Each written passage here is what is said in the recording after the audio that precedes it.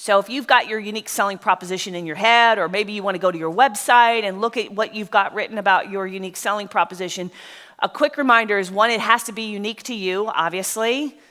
It's got to have meaningful specifics. It can't be general. This is an area where I think a lot of people struggle. This is the specifics. It's got to have a very strong appeal to your target market, because being different for being different's sake is not going to give you any juice. It's got to be meaningful to the customer, and it's got to be defensible before they buy. So you got to be able to prove it in some way, shape, or form, or validate whatever it is that your claim that you're making, right? So where I still see problems with unique selling proposition is primarily your unique selling proposition is pretty damn vague, and there's a lot of platitudes.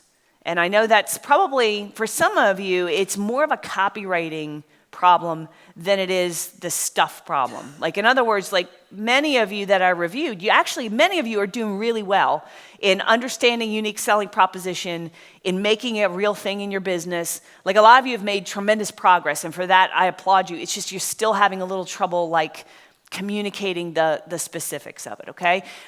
You highlight things that are not all that common or unique. So again, it has to be unique. Who else can say this? And I'm going to go through some examples to highlight this. It lacks specifics. You're talking in facts and features, not how it benefits your client. And this is another big one, because you have to interpret the value. This is something Cobain taught me. So when High Point University put a steakhouse in the university, a lot of people made fun of it. They actually used it against him. They said, oh, it's just this foo-foo thing that these kids can go to the steakhouse. So he had to make sure he interpreted the value. It's not just to have a steakhouse. He said that we want to teach, his unique selling proposition for High Point is the life skills university. He said, because a lot of colleges will teach you the academic stuff, but they don't teach you the character stuff. They don't teach you manners. They don't teach you. So part of the steakhouse is your son or daughter is going to be going on interviews, or they're going to be meeting with important clients. They're going to be representing companies.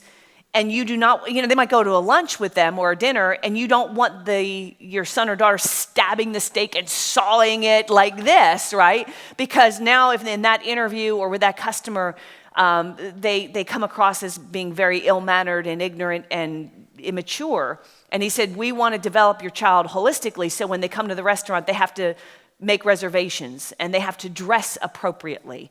And they're not allowed to have their cell phones out while sitting at the table. And we teach them how to place the order, and how to use the silverware, and just how to conduct themselves in a social setting.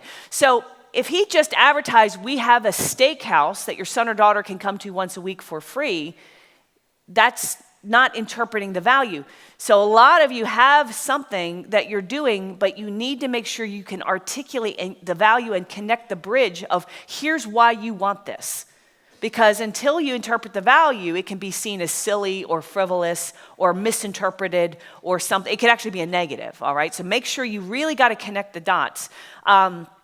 The other thing I'm seeing a lot of is you're showcasing facts and features. Your clients just don't care. And again, I'll show you some examples. And you're not providing proof or evidence, because it has to be defensible. Remember, it has to be defensible before they buy, okay? So I hope, I didn't get permission, so where's Cohen? Because I know, okay, there, I hope you don't mind. Like, dude, it's kind of like, it's always easier to ask forgiveness than permission. So, so this is a perfect example of, he's got something, but just needed a little help in communicating it, okay? So this was it before. It was other IT firms lock you into long-term contracts, eliminating their risk of losing you as a client when they cannot deliver quality service, tying your hands from making the best decision for your organization.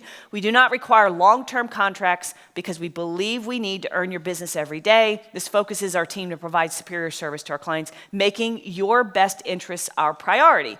So one thing is it's missing a summary. You need a summary headline, right? Okay.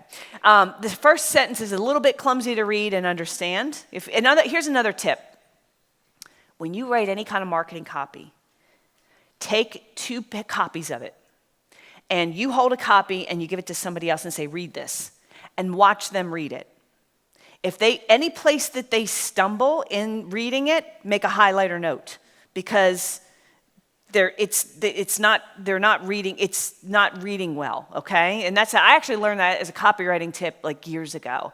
So anytime you want something, get somebody else to read it, you face them, you watch them, and if they can read it smoothly without any kind of problems, first pass through. See, I've been looking at this so I can read it, but it's a little clumsy. So it's not bad. I'm not poking at them. I'm just saying that this is an example.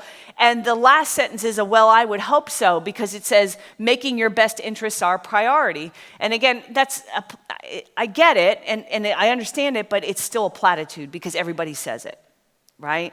So here's what we just simply changed it to: no restrictive long-term contracts, right? So even if you also have to write, because there's people who will skim read.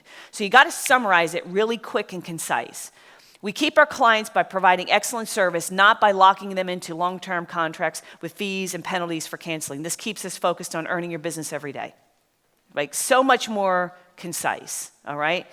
Now, there was another one. It said, you have a whole team of Sundog staff available to your organization to resolve day-to-day problems, deliver on projects, training, consultations every day. Although you have a primary engineer that knows you best, every one of our engineers will rotate through your organization over time to become familiar with your staff and knowledgeable of your operation, which is how we provide the best service. And again, it's good. I mean, I got that's good. It's exact, but it's missing a summary headline, and we got to figure out a way to write it more succinctly. So the headline is, you get a full IT team, not a single IT guy, right? Just nail it, boom, right there, real concise. When you outsource your IT support to us, you get a team of 30 plus engineers. I think I made that up. I don't know if that's true. If it's not true, please don't publish it, all right? Took a little creative license. With depth of experience and specialized knowledge you can't get from a smaller IT firm or a single IT person, in addition to assigning you a primary engineer who knows you best. So the rest of it you can read, right? So all it needed is a little bit to the next level, okay? Now, here's what I will tell you. Many of you keep stubbornly saying, I'm not a good writer. And here's what I want you to take: a different viewpoint on writing. Writing is the best way to teach critical thinking. So when it's a shame, because universities tell students to write essays, write an essay, write a dissertation, write a whatever, but they don't tell them why. Well, why are you doing it? Well, because I need a grade. No. It's not because you want the grade. It's because you need to be able to articulate and communicate an argument or a thought or a belief. And it's not easy. I mean, you really want to sit down and rework it and rework it and rework it and comb through it. Is there a tighter way I can say it? Is there a more succinct way? Is there a more powerful word I can use here? And that teaches you critical thinking. So writing out your unique selling proposition is an exercise in critical thinking. Right? It's not just, Robin, give me a template. See, you miss all the good. It would be like a student and saying, okay, well, we'll just cheat and get somebody else to write your essay. Yeah, you can do that. First of all, it's cheating. But also, you lose the opportunity to learn how to be a critical thinker, to develop an argument, to convey an idea in a powerful, succinct way. And you need that practice. You need that, because if you can do it on paper, everything that I teach, I write out on paper first, because I think through it and I move things around and I, rewrite words, and this is a better way of saying it, or here's a story that will illustrate this, and I'm always improving that. And it's about, how do you make those arguments? So I want you to have this, when you go back, really work on this, because it's critical thinking. Now, another one was Ron and Kristen Shu, SIP Oasis. I don't know where they're not here. Oh, we'll skip it. No, okay, we can talk bad about them now, because no, I'm just kidding. So this is before, and I think this is, this is printed out for you guys. It says USP examples from Producers Club members. Okay, so it's in there. I gave it to you so you could have it up a little bit close. It's on the last page of that. So this is because we did a captain's call, and I asked them to submit some of their unique selling proposition, and theirs was this: we make IT easy and have fun doing it.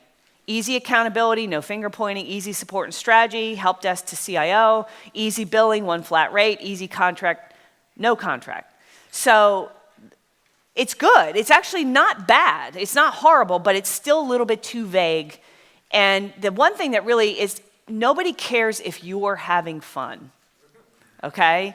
And I see that a lot. Like people say, well, we have fun doing this. Nobody gives a rat's butt if you are having fun. They just want the fucking printer to work, okay? You could be having a shitty day as long as my damn printer will print, okay? So, where's the proof and who else can say that? So it's not bad, and I like that it's short. I like that it's concise. But here's how I would, and we can expand this or condense it.